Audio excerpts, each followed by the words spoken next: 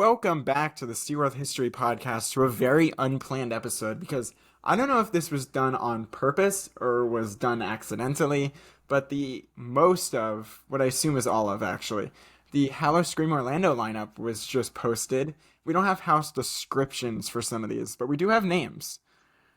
Yes, we have the houses and we have the scare zones and the interactive bars as well.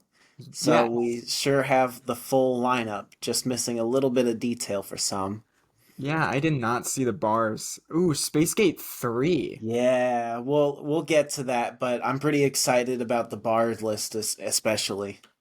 Yeah, this is interesting.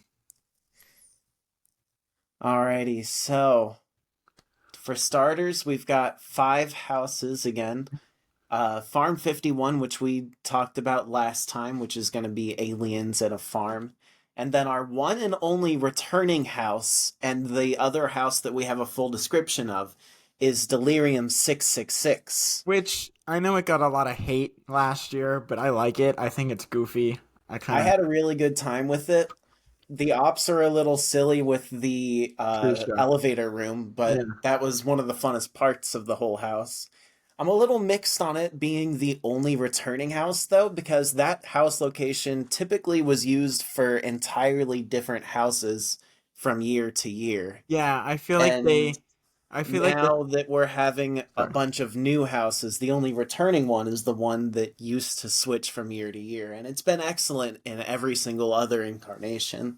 I feel like maybe the reason why this one is staying is because they figured out that this kind of house works in this space and they really have no other, concepts to put in this space yet. That's fair. And they can also tie it into the other houses if they felt like it was necessary. I love how we're kind of getting a continuous storyline and then we're getting like aliens and gambling. So the description seems to be the same as it was the first year. Uh you're gonna be, outrunning sirens and other sea creatures.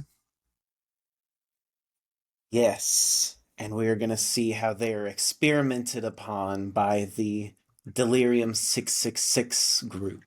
Yeah. I assume the house will be mostly the same, maybe some new props and costumes, but I assume the pre-show elements will stay.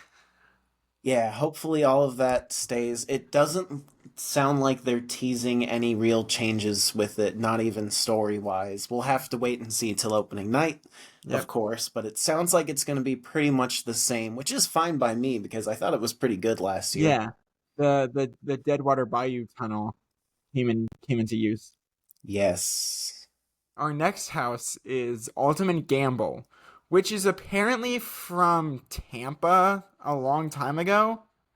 Ooh, okay. That's Uh, really At exciting. least according to the Howl-O-Scream Facebook group. Someone was like, Ultimate Gamble makes a return. And I'm like, that's interesting. Well, I'm always down for bits of the past to come back in these events. I'm I wondering think if it's Ultimate Gamble is going to be our scratch house. possibly. Because I I think think, it's really neat that we're getting a Tampa history house during the 25th anniversary of that event, all the way yeah, over at SeaWorld. yeah, they're like, put it at SeaWorld. We don't have room for it. That's a nice little So touch. it just says coming soon right now, but my theory is either vampires in a casino, because Vampire Casino was a thing at Busch Gardens, or maybe a devil demon situation selling your soul. Maybe it's just a bunch of drunk guys that are trying to pressure you into gambling away more money than you're comfortable with. It's actually about the And it, 5% upcharge. yes, the 5% upcharge and being peer pressured into an uncomfortable gambling situation and losing it all. Oh, Damn. terrifying. So scary. Jokes aside, though, I'm betting on vampires or demons. Betting. Because maybe this house will have an association with Blood Light District. Possibly, possibly. We'll have to wait and see. I'm glad Bloodlight District's coming back. That scares them. That was a fun one. Yeah. All right, our Um, next house is Water's Edge Wellness Center, which is interesting.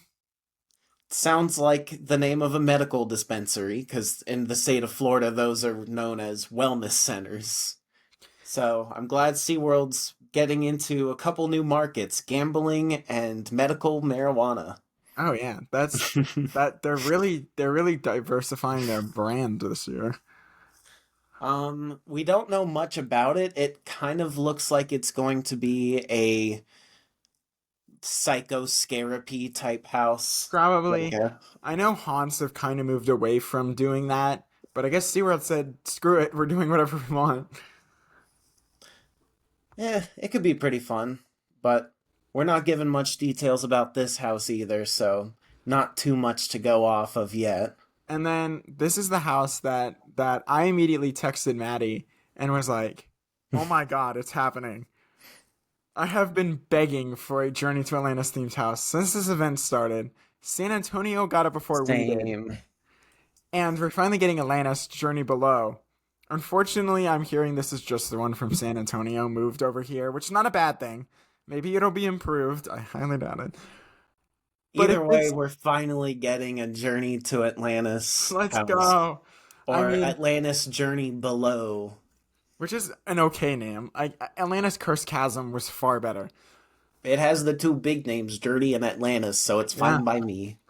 they're like, just call it Journey to Atlantis. I would not be surprised if we get to see some media reused from the old attraction, maybe some audio. That would be really great if they could restore some of the audio and They, blast it. fun fact, they actually did for the original concept for the San Antonio house, Oh, nice. and they apparently just didn't build that. Well, that remastered audio exists then. Out there somewhere. Whoever has it, please send it to me, please. Um, if unless that violates your NDA, then don't do that. Right, right. But I'm interested to see if this house does its own thing or it's the ride, because I would love to see Hermes and Alora show up. Yes. Kind of given a similar treatment to the Dueling Dragons house from Horror Nights last year. I'm interested to see if that's where they got this idea, not just San Antonio, but the popularity of the Dueling Dragons house. If that's the case, that would probably make this the best house of the year. Oh Full yeah, I really hope Put my so. bias on the table right there. Putting But my bias with Maddie on the table, because you guys know how much I love Journey to Atlantis. It's just such so a unique good. attraction, and I'm really glad it's getting a haunted house in here in Orlando. Because, fun fact, I was going to fly up to San Antonio just to do the Journey to Atlantis house, and then because at the time I worked for the company, and I was like, I get them for free, so it's like whatever. And then I was like, you know what? It's bad. It's not worth it. Well, thankfully we're getting it in Orlando this year, and for the most part, Orlando's really good with their house design. So Yeah. for such a new event, all things considered, a lot of the people working on these houses are newer to the whole game than, say, Horror Nights or Tampa. So they also have posted the rest of the scare zones. And of course, you Yes. have Seeds of the Coven, which we talked about last episode. But Paradise Palms is another one, and it shows A bell, a bell. like a bellhop bell that you might find either in a restaurant or more likely in a hotel. A So hotel scare zone is it interesting to me. might reuse props from the earlier houses in the Delirium 666 Yeah. spot. And Cannibal Harbor is probably going to be the return of what was that scare zone called? The one with the shipping containers. I don't remember. Oh, I can't remember the name off the top of my head either, but I do know what you're talking But about. that one is probably where this is coming from. It definitely seems like the event got its budget back this year. Which is very nice. And then Blood Light District's coming back, Talks of Turmoil. That one's fun. I love all the scares with the glass paneling. Yeah. Blood Lake District is I know a lot of people did not like it for a multitude of reasons, but they're vampires. Come on, they're gonna be like that. How else do you think they get victims? You would be And then the insane. next scare zone that's going to be another returning one is Toxic Turmoil. I never really got to experience this scare zone because there was a little bit of a drizzle when I went, so there were Dang. no characters, but the props were pretty neat. I had one of the best interactions with scare actors in this zone, actually. Nice. And I was like, there's a creature right there, and the scare actor was like, that's my brother. And That's funny. I thought that was hilarious. As Alrighty, well, I went, hopefully this year I'm able to experience the scare zones in full swing because that one sounds pretty fun. yeah. So we're getting three new scare zones, two new. Oh, it's a little hard to scroll over. The website's a bit bugged, but we have two more scare zones as well. We've got Terrors of the Deep returning, Yes, finally. which is I'm so glad we're getting that alongside the Journey to Atlanta's house. Oh yeah, that's definitely Um, that's definitely gonna be a stacked uh year, and we're getting yeah. Carnival Pier back, which was also a lot of fun. Yes, Carnival Pier is the final returning scare zone of the year. And that's another one that I didn't really get to experience, but I loved all of the funny cardboard cutouts. I did walk through the scare zone to see what the props were like, and that one had a lot of fun energy to it. It's So I'm so excited for as it. far as bars go, we're getting a bar called Space Gate 3, which I assume is going to be tied to the Alien House. Yes. And I'm interested to see if this is going to be like highly themed. I'm excited to see what the signature drink is going to be for that Hmm. one. I wonder if they're going to follow one of the more recent trends of putting edible glitter Oh yeah, into that most one. likely. And we're also getting Sacrificial Spirits, which by the way is a great name.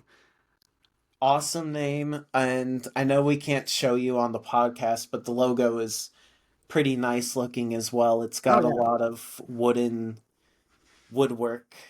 I don't think that's wood.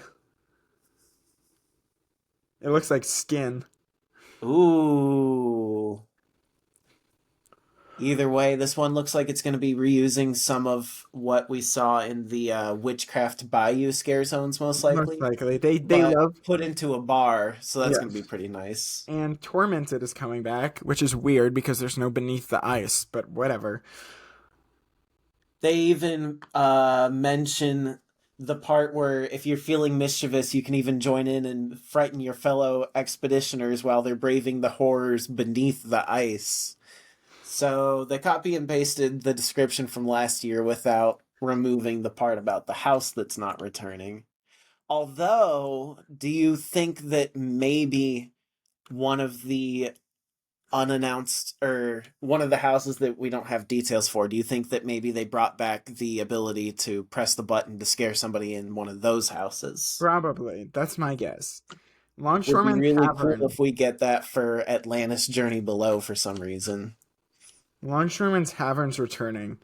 And Yes, that one's my favorite. I'm so glad that it's been here since the year one, just like Tormented. Uh, did the description always say you might discover a SeaWorld treasure that's been partially resurrected? I'm not sure. Because that's interesting to me. That might be a new aspect to the bar. I wonder what that means. Hmm. Is it going to be like Well, you I order it? find this to be the most interactive bar because the pirates are there for a really good time. It's like having five or six funny people just walking around, sometimes playing games, like bar type games, Yeah. and watching sports games as they're playing on the TV. I'm interested to know if it's like a drink you order and you get little like plastic gems with it or something. That would be really fun. I'm gonna have to check that one out for sure. And then Carnival Curiosities is returning. Yes. which was Over awesome. in the Carnival Pier section of the Yeah. park. I do not have experience with this one. Nope, because it there was not many. When I went, it was also raining occasionally, and I didn't really go over to the bar. Gotcha.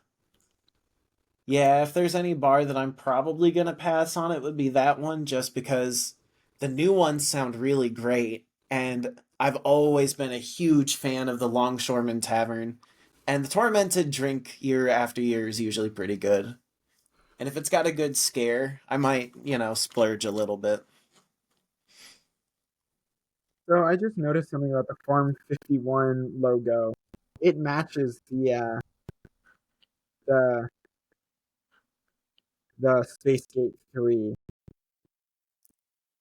So I assume Oh, those are nice. interconnected. Okay, sweet.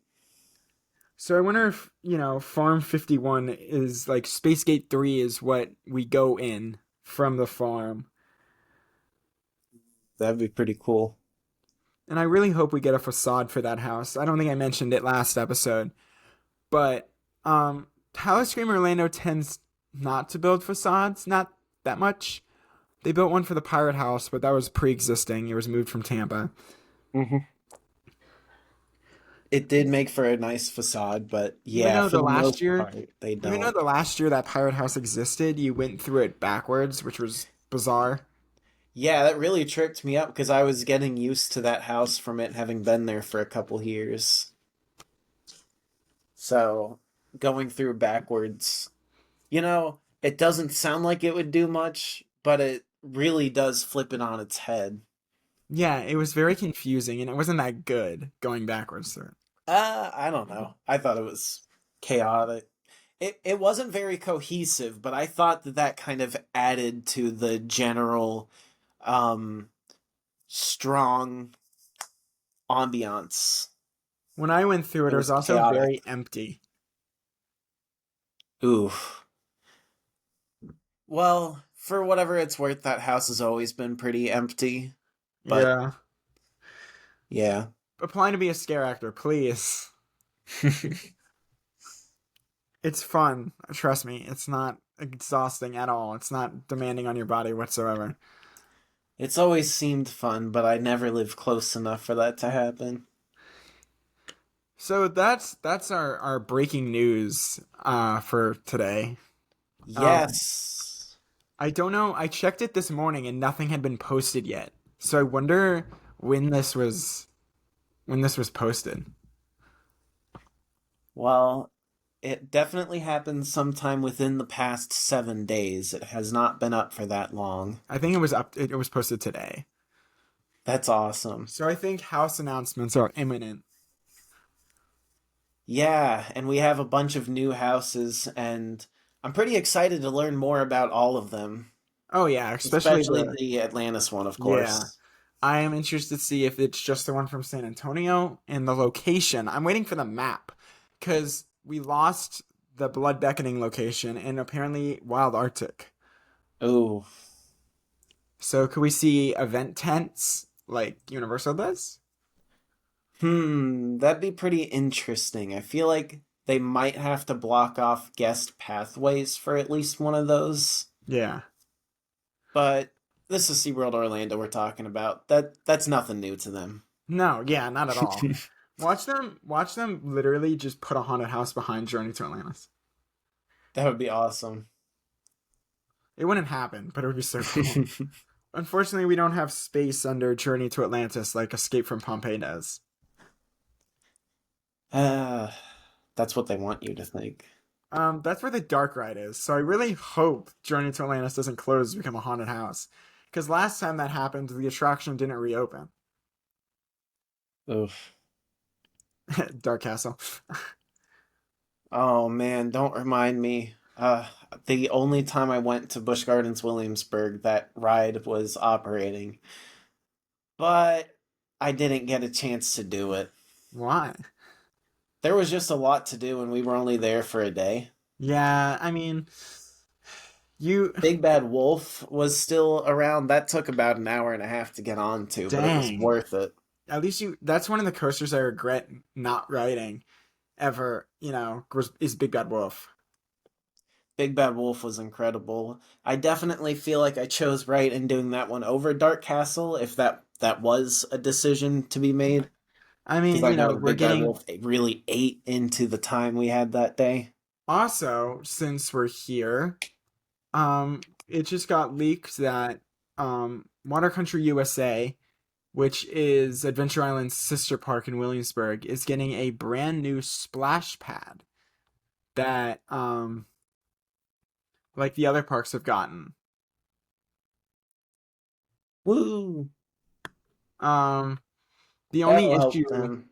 One of the biggest issues with Water Country USA right now is they've kind of moved away from um the theme. So Water Country USA had a very silly theme to it.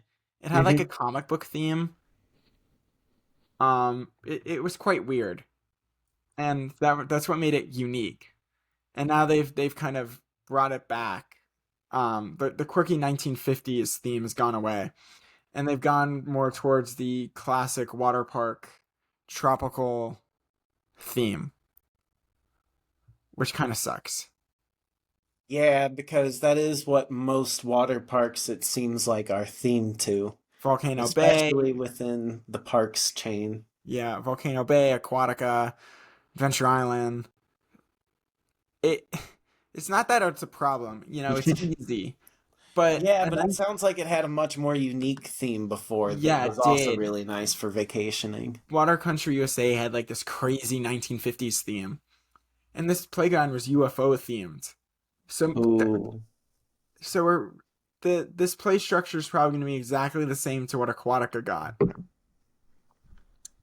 Okay, gotcha. Gotcha. which is that new like massive play structure.